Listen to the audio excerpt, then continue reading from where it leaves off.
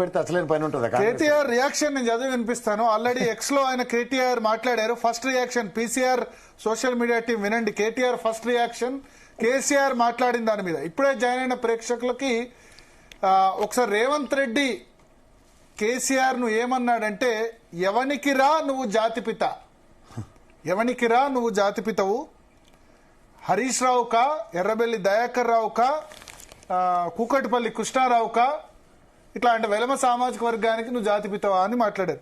దానికి కేటీఆర్ రెస్పాండ్ అవుతూ, మున్సిపల్ ఎన్నికల ప్రచారంలో రేవంత్ రెడ్డి నోట్లో నుంచి పాలసీలు రావు, పథకాలు వినిపించవు, వచ్చేది ఒక్కటే మురికి భాష.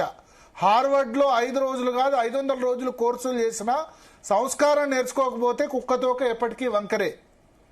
తెలంగాణ కోసం ప్రాణాలు పెట్టి ఉద్యమాలు నడిపి రాష్ట్రాన్ని సాధించి తెలంగాణ తొలి ముఖ్యమంత్రిగా బంగారు తెలంగాణకు బాటలు వేసిన కేసీఆర్ గారిపై మురికి మాటలు మాట్లాడే నీ స్థానం మురికి కాలువే. పాలనలో చేతకాని వాడే ప్రచారంలో విషం జమ్ముతాడు. అది అహంకార లక్షణం కాదు, నీ పూర్తి అసమర్థతకు గుర్తు. చరిత్రను సృష్టించిన నాయకుడిని మాటలతో తక్కువ చేయలేరు. మురికి భాష మాట్లాడేవాడు తన మానసిక దరిద్రతనే ప్రజల ముందు బహిర్గతం చేస్తాడు. కనకప్పు సింహాసనంపై శునకాన్ని కూర్చోబెడితే అది రాజవదు, అది సింహాసనానికే అవమానం. రాష్ట్రాన్ని సాధించిన వాళ్లపై, రాష్ట్రాన్ని దారిలో పెట్టిన వాళ్లపై నోరు విప్పే నైతిక హక్కు నీకు లేదు రేవంత్. చివరికి ఒకటే గుర్తుపెట్టుకో, కేసీఆర్ గారి చరిత్రను నీ మాటలు మసకబార్చలేవు, కానీ నీ స్థాయిని మాత్రం నీ మాటలే తెలంగాణ ప్రజలకి రోజు రోజుకి మరింత స్పష్టంగా చూపిస్తున్నాయి. ఇది కేటీఆర్ ఫస్ట్ రియాక్షన్.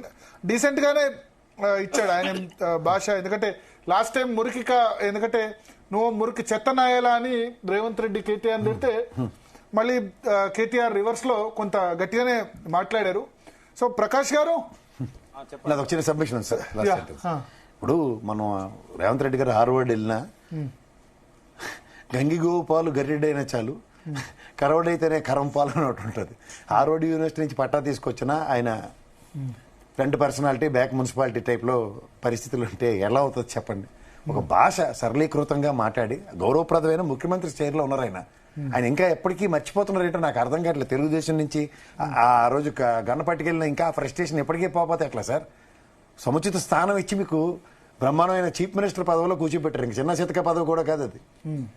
కాంగ్రెస్ లో అతిరథ మహారాజులకు ఎవరికి సాధ్యం కాని పని ఆయన వల్ల కేస్ స్టడీ తెలుసా సార్?